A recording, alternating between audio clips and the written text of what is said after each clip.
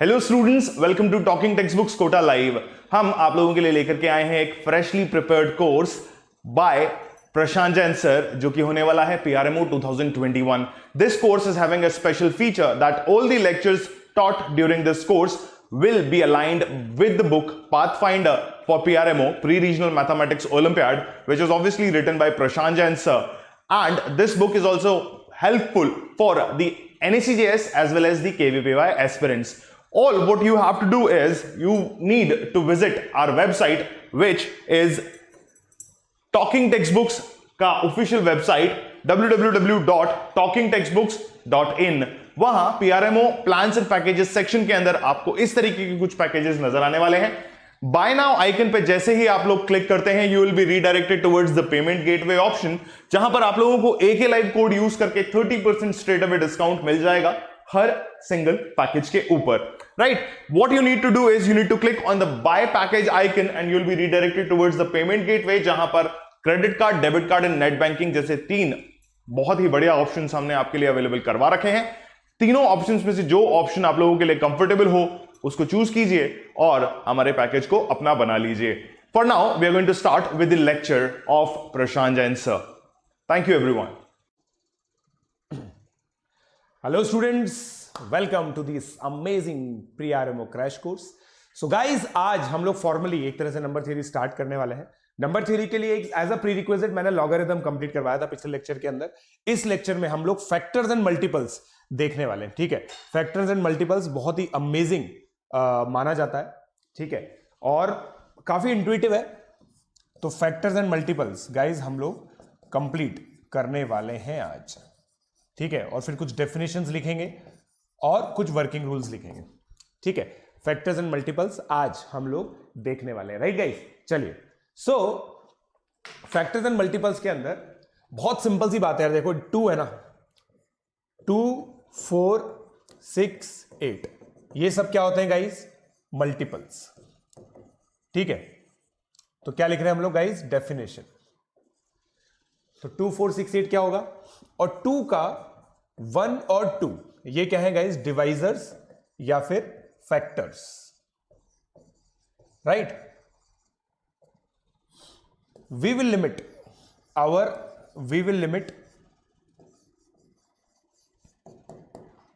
our discussion to positive integers only। Positive integers जिनको आप प्यार से नेचुरल नंबर्स भी बोलते हैं। राइट, पॉजिटिव इंटीजर्स या फिर, क्योंकि positive integers is pre-RMO way of saying natural numbers. Right, तो प्री-आरएमओ की जो अथॉरिटीज हैं उनको पॉजिटिव इंटीजर्स बोलना अच्छा लगता है। राइट, चलिए। सो अब अपन आगे बात करते हैं। Right,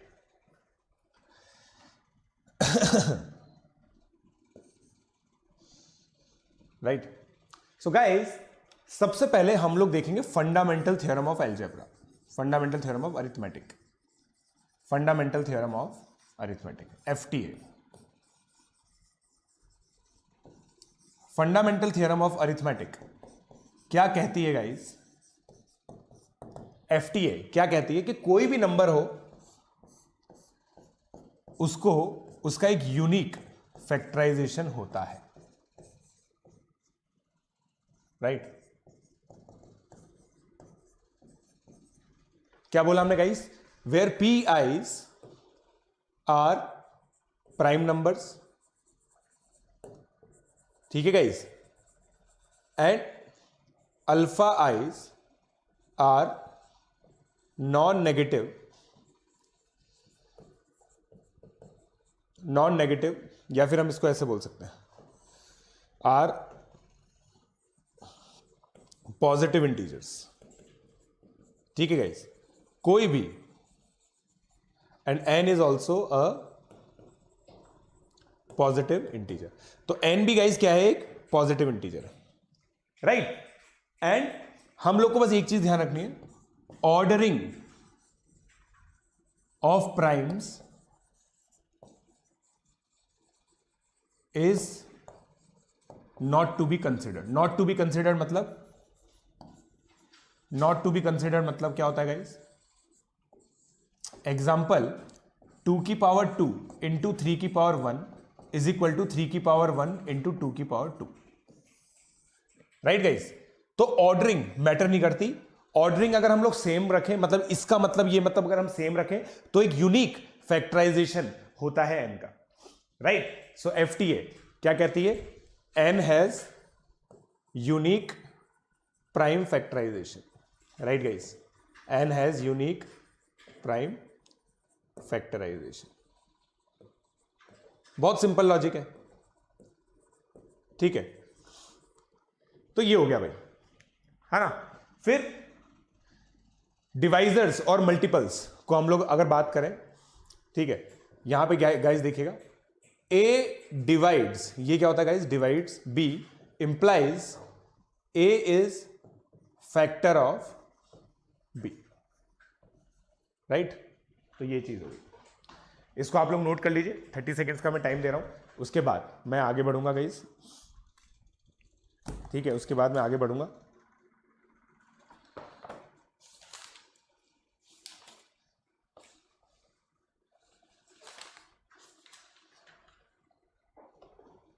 right, fundamental theorem of arithmetic हम लोगों ने कंप्लीट कर ली गाइस। चलिए अब आगे बढ़ते हैं। अब यार मेरे को पता है एक बहुत अमेजिंग कॉन्सेप्ट आ रहा है, ठीक है। पहले तो हम लोग कुछ प्रॉपर्टीज लिखेंगे, प्रॉपर्टीज। राइट, ठीक है। अगेन हम लोग लिमिट करेंगे अपना डिस्कशन पॉजिटिव इंटीजर्स के लिए, ठीक है, फॉर सिंप्लीफाइड, है ना। All variables represent positive integers, है ना। पॉजिटिव इंटीजर्स को रिप्रेजेंट कर रहे हैं गाइस। पहला, A divides B implies A is factor of B, B is multiple of A। Right guys, बहुत सिंपल सी बात है, multiple of A। Second, 1 is divisor of every number, ठीक है। Number is both divisor as well as multiple of, as well as multiple of itself, ठीक है। Number खुद को तो डिवाइड करेगा ही सही। 3, all divisors other than 1 and itself are called proper divisors of any number। अब यार इसमें बता, एक इशू है,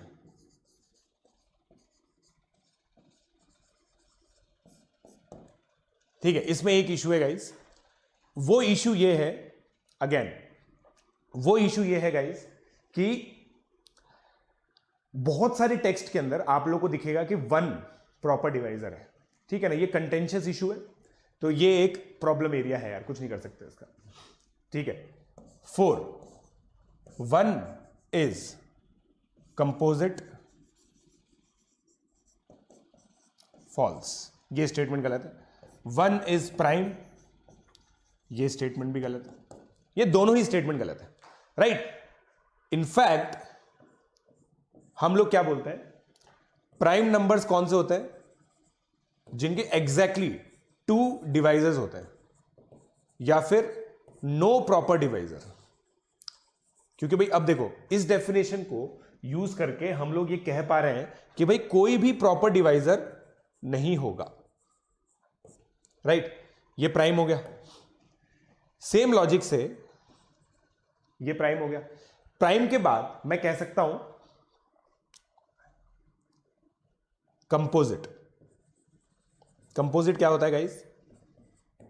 ग्रेटर देन 2 डिवाइजर्स, 2 से ज्यादा डिवाइजर्स होने चाहिए, राइट, 2 से ज्यादा डिवाइजर्स होने चाहिए। इसका मतलब यार मुझे नीड फील हो रही है कि सर नंबर ऑफ डिवाइजर्स कैसे निकालोगे, ये तो बताओ नंबर ऑफ डिवाइजर्स कैसे निकालोगे।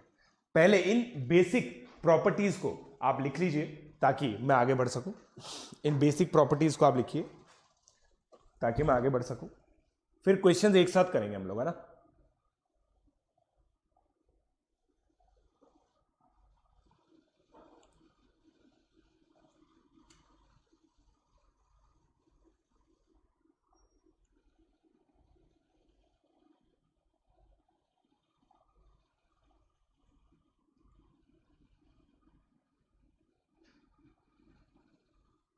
ठीक है, चलिए अब मैं आगे बढ़ रहा हूं गाइस।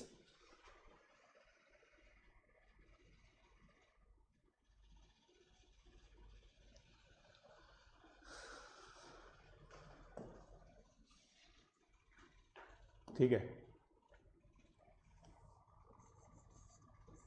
5 मतलब 5 क्या मतलब, मैं तो ये बोल रहा हूं कि अपन लोग इसके आगे बढ़ते हैं हम। फैक्टर्स एंड मल्टीपल्स में अब मैं आपको सिखाऊंगा कि भाई मल्टीपल्स फैक्टर्स कैसे काउंट करते हैं। जैसे मान लीजिए ये नंबर है, number of factors, number of divisors कैसे निकाले जाते हैं। अब मान लीजिए नंबर ये है P1 की पावर अल्फा 1, P2 की पावर अल्फा 2, P3 की पावर अल्फा 3। एग्जाम्पल के तौर पे मैं n को मान लेता हूं 2 की पावर 4, 3 की पावर 5, 5 की पावर 2। प्राइम नंबर लिख दिया मैंने यहां पे। प्राइम फैक्टराइजेशन यूनिक होता है। फंडामेंटल थ्योरम ऑफ अरिथमेटिक क्या कहती है, प्राइम फैक्टराइजेशन यूनिक है। तो मैंने भाई यूनिक प्राइम फैक्टराइजेशन लिख दिया। अब देखो गाइस, इसका जो भी डिवाइजर होगा, आप सोच के देखो, इसका डिवाइजर इसी टाइप का होगा,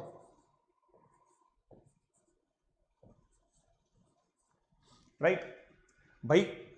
अगर ये नंबर इसको डिवाइड कर रहा है, ये d इसको डिवाइड कर रहा है n को, तो इससे मैं ये चीज कह सकता हूं, कि भाई d अगर n को डिवाइड कर रहा है तो p जो है ना वो 0 हो सकता है, 1 हो सकता है, 2 हो सकता है, 3 हो सकता है, 4 हो सकता है, q 0 हो सकता है, 1 हो सकता है, 5 हो सकता है, r 0 हो सकता है, 1 हो सकता है, 2 हो सकता है। क्योंकि आप इमेजिन करो अगर p 4 से बड़ा हो गया तो ये 2 की 4 पावर्स ही अवेलेबल है। बेसिक प्रीमाइस यही तो है गाइस कि d must divide n, right. तो देखो d डिवाइड बाय n करो, क्या आएगा, मतलब n डिवाइड बाय मतलब d मस्ट डिवाइड n। तो ये करके देखो तो क्या आ गया, 2 की पावर 4 माइनस p, 3 की पावर 5 माइनस q, 5 की पावर 2 माइनस r। ठीक है भाई, ये अब ये नंबर 0 हो सकता है बस, तो 0 हो गया तो p की यही पॉसिबिलिटीज है, q की यही पॉसिबिलिटीज, r की यही पॉसिबिलिटीज है। जैसे अगर मैं आपके लिए एग्जांपल लूं, एंड d 2 की पावर 1, 3 की पावर 2, 5 की पावर 0, भाई ये डिवाइजर है या नहीं है? डेफिनेटली है, डेफिनेटली है। देख लो भाई क्या है, 18 है, 18 इसको डिवाइड कर रहा है, राइट। तो मेरे पास ऑप्शन क्या है, ऑप्शन क्या है भाई, मैं डिवाइजर बनाना चाहता हूं, मैं p को कितने तरीके से चूज कर सकता हूं, 5 तरीके से, और हर एक के करस्पॉन्डिंग मैं q को कितने तरीके से चूज कर सकता हूं, 6 तरीके से, और r को मैं कितने तरीके से चूज कर सकता हूं, 3 तरीके से। तो इसके कितने डिवाइजर्स हो गए गाइस, 90। ये बहुत अमेजिंग तरीका है, ठीक है। 90 तरीके से मैं डिवाइजर्स चूज कर सकता हूं। अगर मैं फॉर्मली बात करूं यहां पे, तो हम क्या बोलेंगे guys, number of divisors is actually is equal to alpha 1 plus 1, alpha 2 plus 2, alpha 2 plus 1, alpha 3 plus 1, right guys. ये प्रोसेस बहुत इंपॉर्टेंट है, ये प्रोसेस बहुत इंपॉर्टेंट है, क्योंकि बहुत सारे क्वेश्चंस के अंदर डायरेक्टली ये नहीं पूछा होगा नंबर ऑफ डिवाइजर्स क्या होंगे, ये पूछा होगा कि भाई जितने भी डिवाइजर्स हैं उसमें से परफेक्ट स्क्वायर कितने हैं, जितने भी डिवाइजर्स हैं उसमें से 2 से डिविजिबल कौन है, ऐसे अलग अलग क्वेश्चन पूछेगा। तो ये प्रोसेस आपको पता होनी चाहिए कि भाई डिवाइजर बनता कैसे, 2 की पावर 3 की पावर 5 की पावर लेके, 2 की कितनी पावर ले सकते हैं, 5, q की कितनी ले सकते हैं, मतलब 3 की कितनी ले सकते हैं, 6, ऐसे करके आ जाएगा आपका आंसर। ठीक है, छाप लो इसको।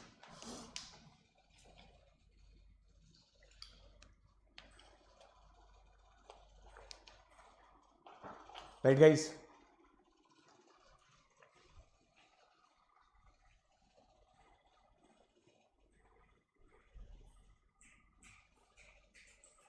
डन। तो अब मैं आपको देखो इसकी प्रॉपर्टीज लिखवा देता हूं मस्त तरीके से।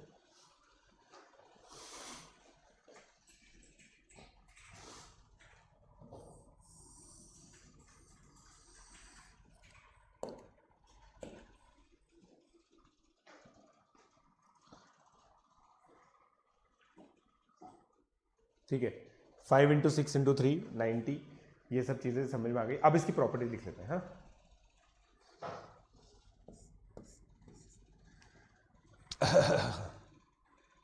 P1 P2 P3, ये आपको देखो ये सब चीजें दे दी अपन लोगों ने, राइट। अब इसमें देखो बहुत सिंपल, एक तो ये नंबर ऑफ डिवाइसेस हो ही गया, ठीक है। अगर मैं बात करूं number of divisors divisible by, आप सोचना P1। अब कहीं जैसे ही लिखा गया ना कभी P1 से डिविजिबल होना चाहिए, इसका मतलब P1 की पावर चूज करने के आपके पास एक तरीका कम हो गया, 1। आपको P1 की एक पावर तो चूज करनी पड़ेगी अब, राइट। मिनिमम एक पावर तो चूज करनी पड़ेगी आपको P1 की। क्यों? क्योंकि भाई नंबर P1 से डिविजिबल होना चाहिए, number of divisors divisible by P1। मैं आपको एक एग्जांपल बता रहा हूं। इसका मतलब गाइस आपके नंबर ऑफ डिवाइसेस कितने होंगे? अल्फा 1, अल्फा 2 + 1, अल्फा 3 + 1, बाकी में कोई प्रॉब्लम नहीं। मगर आप देखो यहां हो क्या रहा है, P1 जो प्राइम नंबर है उसके करस्पॉन्डिंग जो अल्फा 1 है, मतलब जो पावर्स अवेलेबल है, इसकी तरह देखो ये ऑप्शन खत्म हो गया, तो 4 ही ऑप्शन रह गए यार। अब 4 ही ऑप्शन रह गए, राइट। तो बस छाप लो इसको, ठीक है।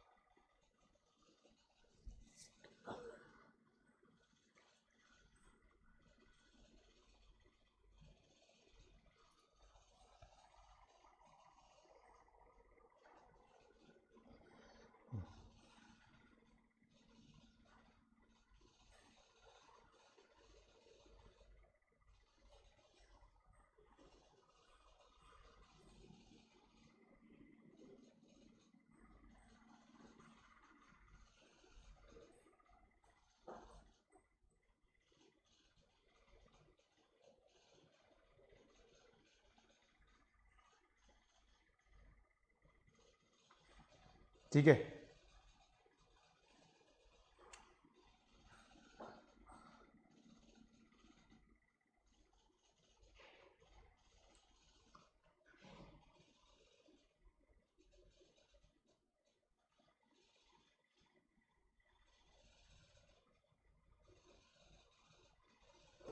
चलिए अब इसके देखो मस्त क्वेश्चन करते हैं। जैसे मान लो एक क्वेश्चन में दूं आपको, लेट n बी 2 × 10 3 × 5, ठीक है। Find first number of divisors. सबसे पहले सिंपल, ठीक है। नंबर ऑफ डिवाइसेस कितने आ जाएंगे? Simply 11 × 6 66। Second number of divisors which are perfect square. अब ये सोचो मेरे बच्चों, ये सोचो आप, विच आर परफेक्ट स्क्वायर, ये सोचो।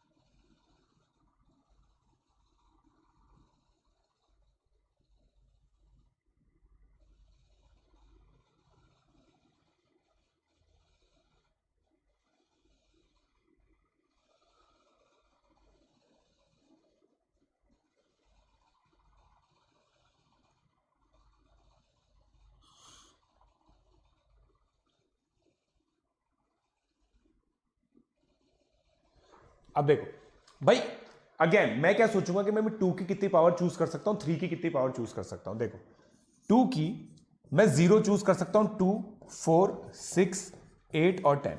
क्यों भाइयों? परफेक्ट स्क्वायर के अंदर, परफेक्ट स्क्वायर अगर कोई डिवाइजर है तो उसके अंदर केवल इवन पावर्स आ सकती हैं। तो 1, 2, 3, 4, 5, 6 और 3 की कितनी पावर चूज कर सकता हूं? 0, 2, 4। तो भाइयों 6, 3, 6 इंटू 3, 18 ऐसे नंबर्स हैं जो परफेक्ट स्क्वायर है।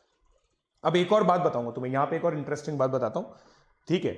यहां पे एक इंटरेस्टिंग बात बताता हूं। अब देखो गाइस, इसमें एक सैंपल डिवाइजर लेते हैं। एक डिवाइजर मैंने ऐसा लिया, 2 की पावर 10 इंटू 3 की पावर 4।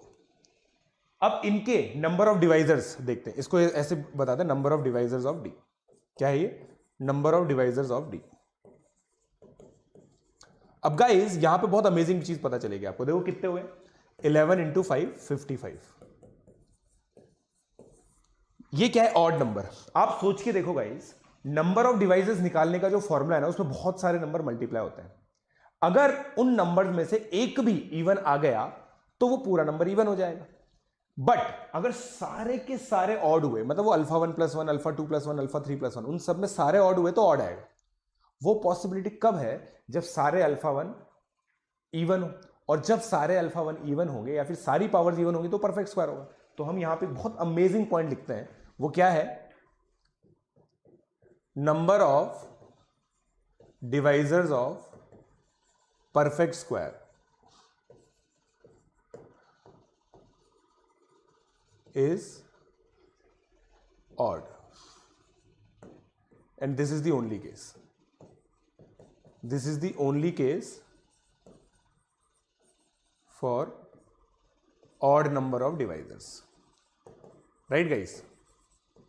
तो हमने ये एक इंपॉर्टेंट पॉइंट लिख दिया कि भाई ये आएगा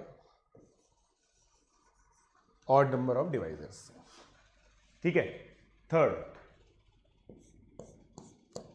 इसी में third question guys, find,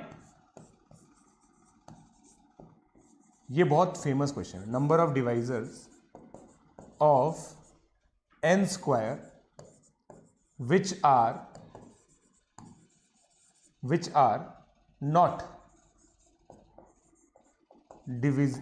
not divisors of n but are less than n। ये बहुत अमेजिंग है, ये बहुत अमेजिंग क्वेश्चन है गाइस, इसको ट्राई करो आप। लेस देन n,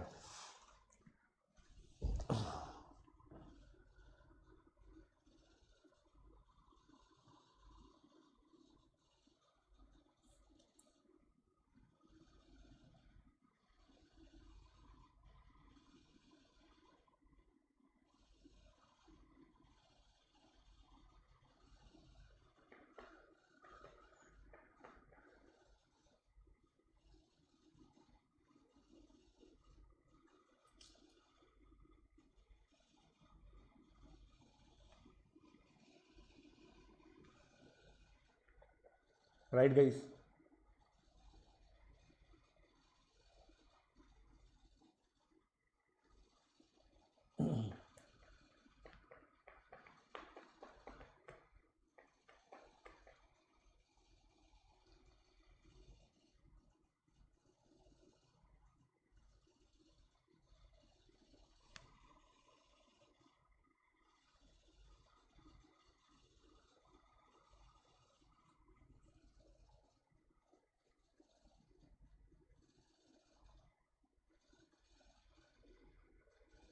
दिमाग लगाओ थोड़ा सा, पक्का कर लोगे तुम, पूरा भरोसा है मुझे तुम पे, ठीक है? Let's try it out guys, let's try it out.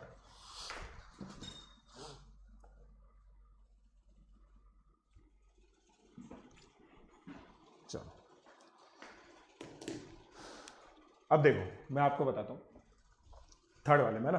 तो गाइस हमारा n क्या था? देखो n क्या था, आप सोच के देखो, 2 की पावर 10 इंटू 3 की पावर 5, ठीक है? इसका मतलब n स्क्वायर क्या होगा? 2 की पावर 20, 3 की पावर 10, इसके नंबर ऑफ डिवाइजर्स कितने हो गए? नंबर ऑफ डिवाइजर्स कितने हो गए? 21 इंटू 11, मतलब कितना हो गया यार ये? 231 हो गया क्या? मेरे हिसाब से 231 आ जाएगा। ठीक है, वैलिडिटी भी हो गई भाई, n स्क्वायर परफेक्ट स्क्वायर है, तो हो गया आपका काम। ठीक है, अब देखो गाइस, मुझे एक चीज बताओ, ये जो डिवाइजर्स है ना, ये कैसे होंगे? ये कैसे होंगे? देखो, जैसे 1 इंटू एन स्क्वायर, ठीक है, 2 इंटू एन स्क्वायर बाई 2, 2 भी एक डिवाइजर होगा, राइट गाइस? ऐसे मैं पूरा इंक्रीजिंग ऑर्डर में लिखता जाऊं, तो मेरे बच्चों आप एक चीज सोचना, बस एक चीज सोचना कि अगर मैं सारे डिवाइजर्स को यहां पे लिस्ट कर दूं, तो देखो यहां पे केवल एक डिवाइजर मिल रहा है मुझे, यहां पे 2 मिल रहे हैं, यहां पे 2 मिल रहे हैं, ऐसे करते करते, है ना, बहुत सारी जगह मुझे 2 डिवाइजर्स मिलेंगे और एंड में 1 मिलेगा। तो 1 plus 2k is equal to 231, k is equal to 115। अब यार ये k इक्वल टू 115 क्या है? मैं कह सकता हूं मेरे बच्चों कि 115 पेयर्स आ रहे हैं डिवाइजर्स के, 115 पेयर्स आ रहे हैं डिवाइजर्स के, जो 230 डिवाइजर्स बना रहे हैं, और एक है n जो खुद के साथ मल्टीप्लाई होके एक डिवाइजर दे रहा है। तो 1 प्लस 115। अब गाइस ये जो 115 पेयर्स है ना, ये 115 जो पेयर्स हैं, राइट, 115 पेयर्स हैं गाइस, ये 115 पेयर्स बहुत इंपॉर्टेंट है। क्यों इंपॉर्टेंट है ये गाइस? 115 पेयर्स की अगर मैं बात करूं, तो इन 115 पेयर्स के अंदर एक नंबर लेस देन n है, एक ग्रेटर देन n है। ये मानते हो आप? हाँ सर, ये तो मतलब इट इज वेरी इंट्यूटिव, क्योंकि गाइस अगर दोनों n से छोटे हो गए तो मल्टीप्लाई होके n स्क्वायर कैसे देंगे? दोनों n से बड़े हो गए तो मल्टीप्लाई होके n स्क्वायर कैसे देंगे? एक को छोटा होना पड़ेगा, एक को बड़ा होना पड़ेगा, एक को छोटा होना पड़ेगा, एक को बड़ा होना पड़ेगा।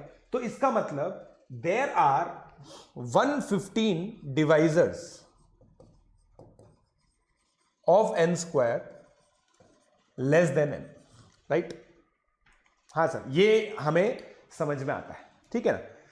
अब आगे बढ़ते हैं, आगे बढ़ते हैं, आगे बढ़ते हैं, अब आगे बढ़ते हैं। n के कितने डिवाइजर्स हैं? Number of divisors of n 66। इसमें से 65 ऐसे होंगे जो लेस देन n होंगे। तो यार यही तो जो यही नंबर्स हैं, यही डिवाइजर्स हैं जो n स्क्वायर के भी होंगे, है ना?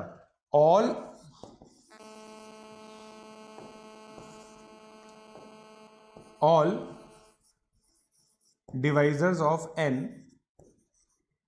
Are divisors of n square, है कि नहीं?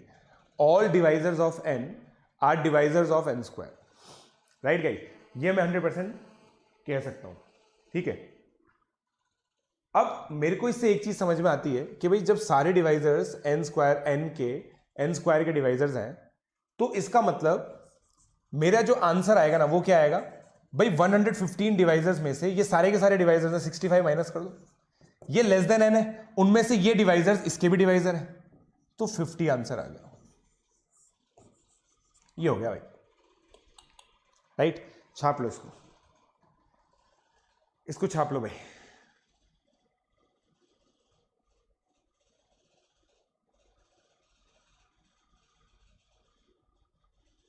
राइट?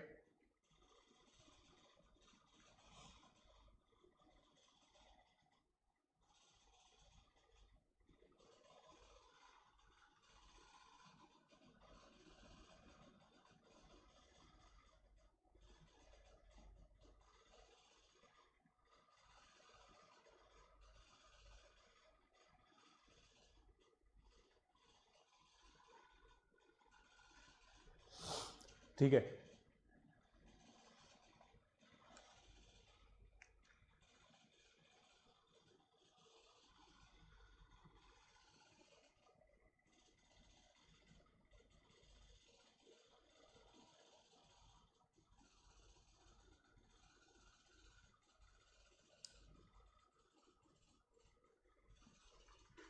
चलिए आगे बढ़ते हैं, है ना? तो ये बहुत अमेजिंग क्वेश्चन था।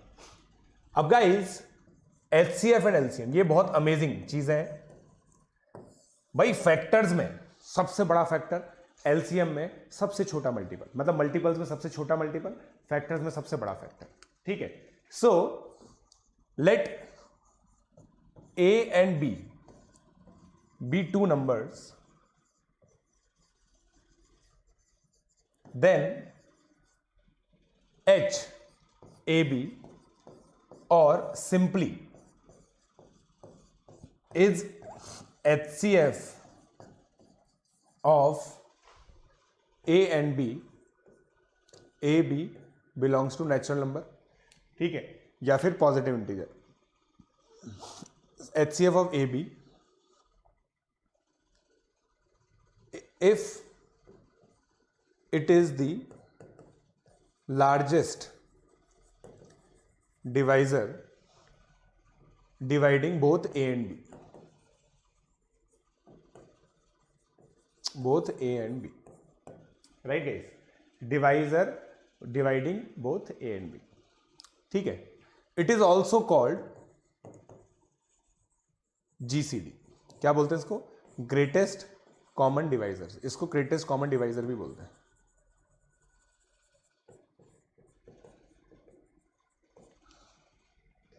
ठीक है, हाईएस्ट कॉमन फैक्टर या फिर ग्रेटेस्ट कॉमन डिवाइजर।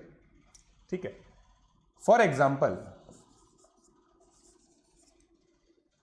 अगर मान लीजिए a 2 की पावर 4 3 की पावर 5, b 2 की पावर 3 3 की पावर 2 5 की पावर 1 है, तो HCF कितना हो जाएगा guys, it implies HCF small bracket a b, ये कन्वेंशन है जनरली, 2 की पावर 3 हाईएस्ट पावर लो जो दोनों में कॉमन हो, एंड 3 की पावर 2।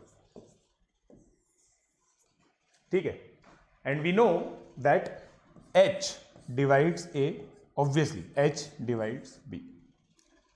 फिर LCM is lowest common multiple, multiples बहुत सारे होंगे इनके जो कॉमन होंगे, बट उसमें से जो सबसे छोटा होता है वो हम लोग यहां पे लेंगे।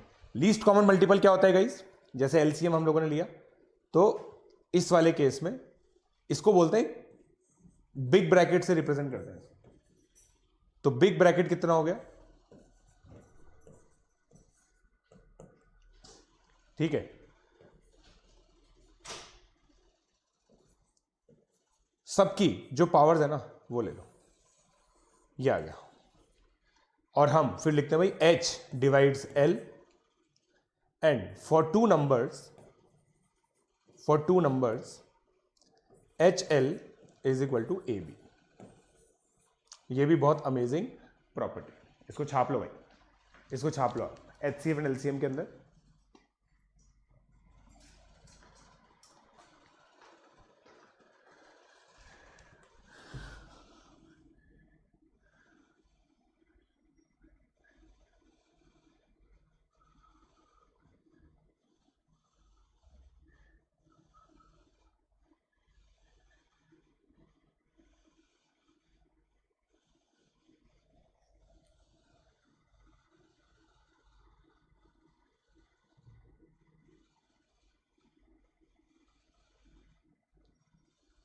राइट गाइस,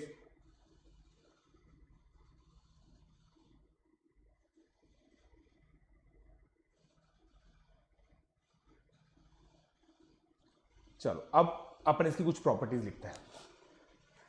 ठीक है, कुछ प्रॉपर्टीज लिखते हैं, फिर एग्जांपल करेंगे। Properties of LCM and HCF. First, H always divide L। ठीक है,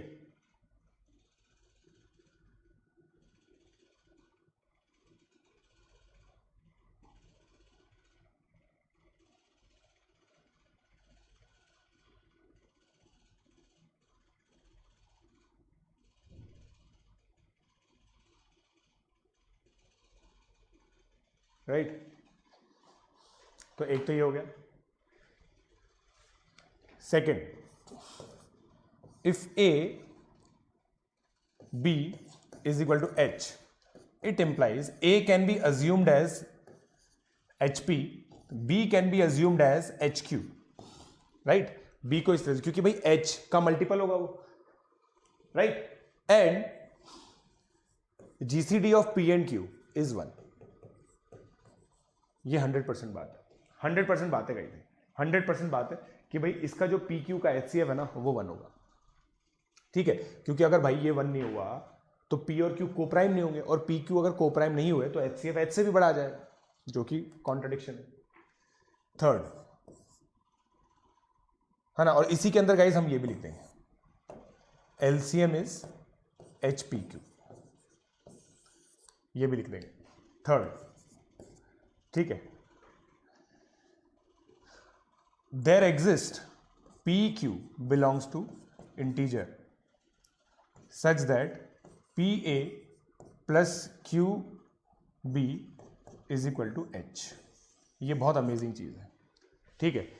इसका गाइज, इसका डिटेल आप लोग मेरा एक लेक्चर देख सकते हैं यूक्लिडियन रिडक्शन पे। यूक्लिडियन रिडक्शन पे मेरा एक डिटेल्ड लेक्चर है, आप लोग देख सकते हैं चाहे तो, ठीक है। और हमें क्या दे रखा है, ए बी का एचसीएफ। तो भाई ए बी इस इक्वेशन को सेटिस्फाई करते हैं, हमें पी क्यू ऐसे इंटीजर्स मिल जाएंगे जो एच को सेटिस्फाई करें, राइट। ये हो गया यूक्लिडियन रिडक्शन। फोर्थ हम लोग इसके अंदर चीज लिखते हैं फ्रैक्शंस, है ना भाई, LCM and HCF of fractions. ये कैसे डिफाइन होता है, बहुत सिंपल है गाइस। अगर मान लीजिए आपको एचसीएफ निकालना है a by b, c by d, e by f, तो आप क्या करेंगे, HCF of a c e numerators upon LCM of denominators. और अगर एलसीएम निकालना है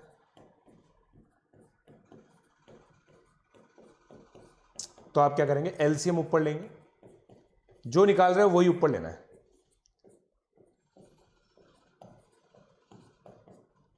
ठीक है, राइट गाइस। तो ये चीज कर लो यार।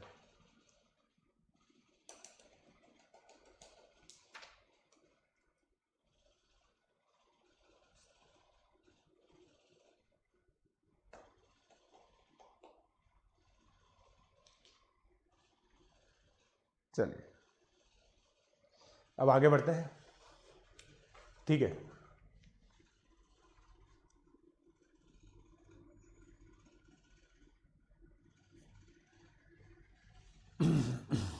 अब एक क्वेश्चन करते हैं इसमें ना, let a and b be two numbers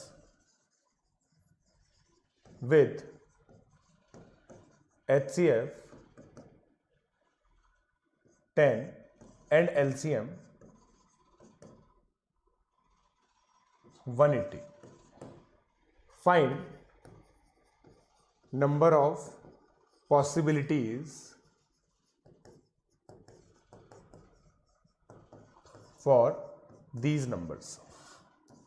right, आपको इन नंबर्स की पॉसिबिलिटी निकालनी। बहुत इजी क्वेश्चन है, अगर आप अक्कल लगाएंगे तो, नहीं लगाएंगे तो गलत हो जाएगा, और तो क्या होगा।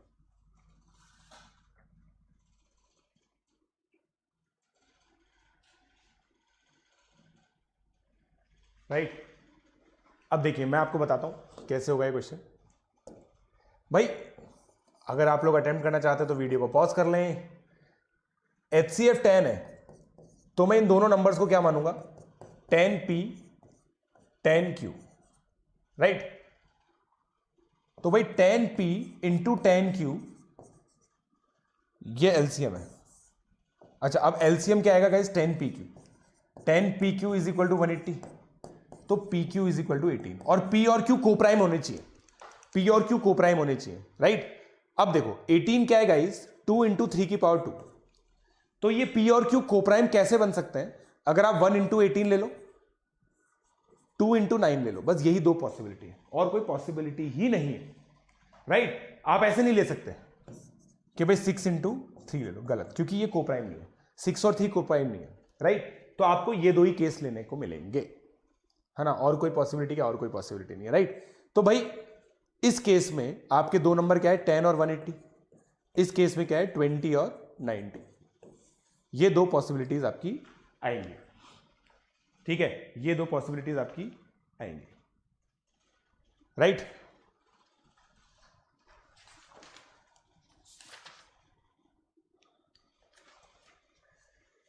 है ना।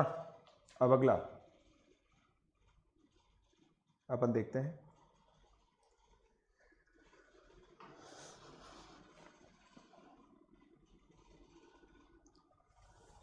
अब ये यूक्लिड डिवीजन लेमा जिसको बोलते हैं। यूक्लिड डिवीजन लेमा क्या होता है गाइस, है ना, डिवाइड, वैसे इसको हम लोग आगे भी पढ़ेंगे, आप तो सिंपल ये चीज बताएं मुझे पहले। यूक्लिड डिवीजन लेमा के अंदर बहुत सिंपल सी चीज बताइए, find minimum number which leaves 4 as remainder upon division by 7 and 5 as remainder upon division by 8। ठीक है, इस तरह के क्वेश्चन को कैसे करते हैं, इसको और एक्सप्लोर करेंगे हम लोग अगले लेक्चर्स के अंदर, बट इसको हम लोग कैसे एक्सप्लोर करेंगे मैं बताता हूं आपको। सॉल्यूशन देखो गाइस, मैं ये जो भी नंबर है ना n, इसको क्या लिख सकता हूं, ये 7 से डिवाइड होने पर 4 रिमाइंडर छोड़ता है और 8 से डिवाइड होने पर 5 रिमाइंडर छोड़ता है। ठीक है, अब देखना मेरे बच्चों, क्या अमेजिंग तरीके से अपन लोग चीज करेंगे। 8 और 5 देखो, ये डिफरेंस ये हमारा 8 और 5 का डिफरेंस भी 3 है, 7 और 4 का डिफरेंस भी 3 है। अब मैं गाइस दोनों जगह 3 से मल्टीप्लाई ऐड कर दूं तो मेरे बच्चों क्या आपको ये दिख रहा है,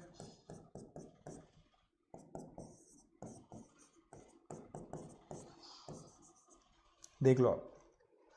मतलब मैंने क्या किया, देखो भाई 7 से डिवीजन, यूक्लिड डिवीजन लेमा बचपन से आप जानते हैं कि भाई अगर आप 7 से डिवाइड करेंगे तो ये क्वोशिएंट है, ये रिमाइंडर है, ये क्वोशिएंट है, ये रिमाइंडर है।